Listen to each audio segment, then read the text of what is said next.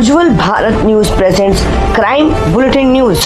नमस्कार, उज्जवल भारत न्यूज के विशेष crime bulletin में सभी का स्वागत है। अहमदाबाद से बड़ी खबर, 250 ग्राम एमडी यानी मेफेड्रॉन जब्त, कुल रुपए 7,74,900 रुपए के साथ 2 आरोपी हुए गिरफ्तार। 2 आरोपियों में से मां और बेटे को बिना पास परमिट के 250 ग्राम अवैध एमडी यानी मेफेड्रॉन कीमत 7,40,400 रुपए और अन्य सामान जिसकी कुल कीमत है 7,74,900 रुपए उसे पाया गया और उन्हें माल के साथ गिरफ्तार कर लिया गया।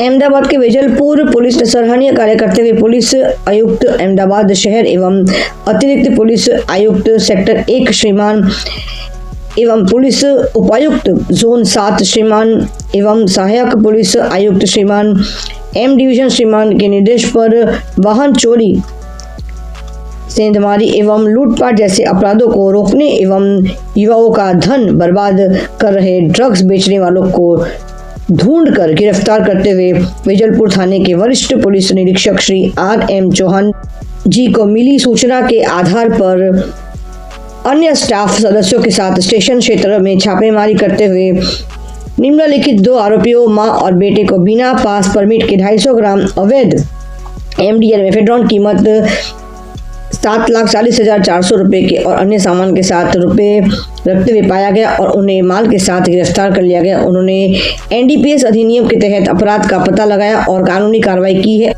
और ये जानते हैं इस विशेष विषय के बारे में डिपार्टमेंट क्या कहती है। देखते रहिए उज्जवल भारत, देश की प्रखर आवाज, मुख्य संपादक भट्टाचार्य, ब्यूरो रिपोर्ट विक्रम सिंह झाला जी के साथ। नमस्कार, जय हिंद, जय भारत, जय जय गरवी गुजरात। देखते रहिए उज्जवल भारत न्यूज, लाइक करें, शेयर करें और सब्सक्राइब करना मत भूलें, कमेंट जरूर करें। नमस्कार, धन्यवाद। આમાં એવું છે, વેજલપુર પીઆઈ ચૌહાણ સાહેબ ને બરુખતરિયા પીએસઆઈ છે, એની ટીમને બાતમી મળેલી હતી કે ફતેવાડી વિસ્તાર છે જે વેજલપુર પોલીસ સ્ટેશનો એની અંદર આ કામના જે આરોપી છે એ એમડી ડ્રગ્સ લઈને નીકળવાના છે તેની હકીકત આધારે તેઓએ પોતાના સ્ટાફ પંચો સાથે રેડ કરેલી અને એમાં જે મુખ્ય આરોપી છે સમીમ બાનુ ઉર્ફે પપ્પી ફિરોજ ખાન એ અને એનો દીકરો છે મોહસિન ખાન એ બંને રેડ વખતે પકડાયેલા છે।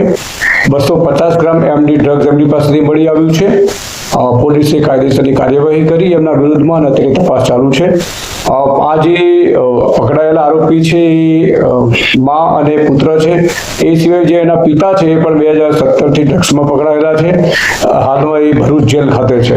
આ જે આરોપી પૈકીના જે મહિલા છે સમીમ બાનુ એ પણ જે એસઓજી અમદાવાદ શહેર છે એના એક એનડીપીએસના ગુનામાં વોન્ટેડ છે અને એની તપાસ ચાલુ છે।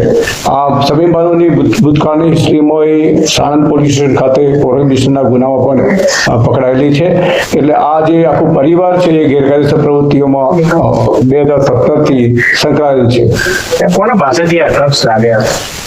અત્યારે જે પ્રાથમિક તપાસ કરી છે એમાં એક જે શિરીન અલ્લા રખા કરીને મહિલા છે એની પાસેથી આપણે મેળવ્યું છે ને આ લોકો મોરબી ખાતે લઈ જઈ અને ત્યાં શિરીન જેનું નામ આપે, જેનો કોન્ટેક્ટ કરી આપે એને આપવાનું હતું એવી હકીકત જણાવેલી છે અને આ અગાઉ 2 વખત એ ત્યાં આપી આવ્યા હોવાનું અને આ ત્રીજી ટ્રીપ કરતા પકડાયેલ હોવાનું અલબત્ત તપાસમાં ખુલેલું છે। સર, જે શિરીન છે એ અમદાવાદની જ છે, જે પેડલર છે?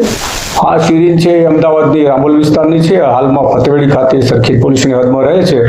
અત્યારે એ પણ વોન્ટેડ છે, પકડાયેલ નથી। સાહેબ, બંને આરોપીઓ મોરબી જ આપતા હતા કે અન્ય અમદાવાદમાં કે કોઈ બીજા વેચાણ પણ કરતા?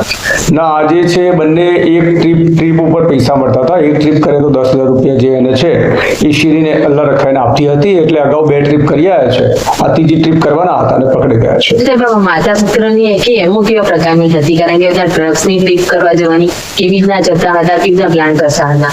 તે અહીંથી જે ટ્રાવેલર્સ જતી હોય છે અમદાવાદથી મોરબીમાં, એમાં અહીંથી ટ્રાવેલર્સમાં પેસેન્જર બેસી જતા હતા અને ત્યાં જે રસ્તામાં એમને કોન્ટેક્ટ કરી આપે એને લોકો ત્યાં આપીને પાછા આવતા હતા।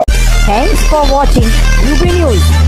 Like and comment and don't forget to subscribe for latest updates.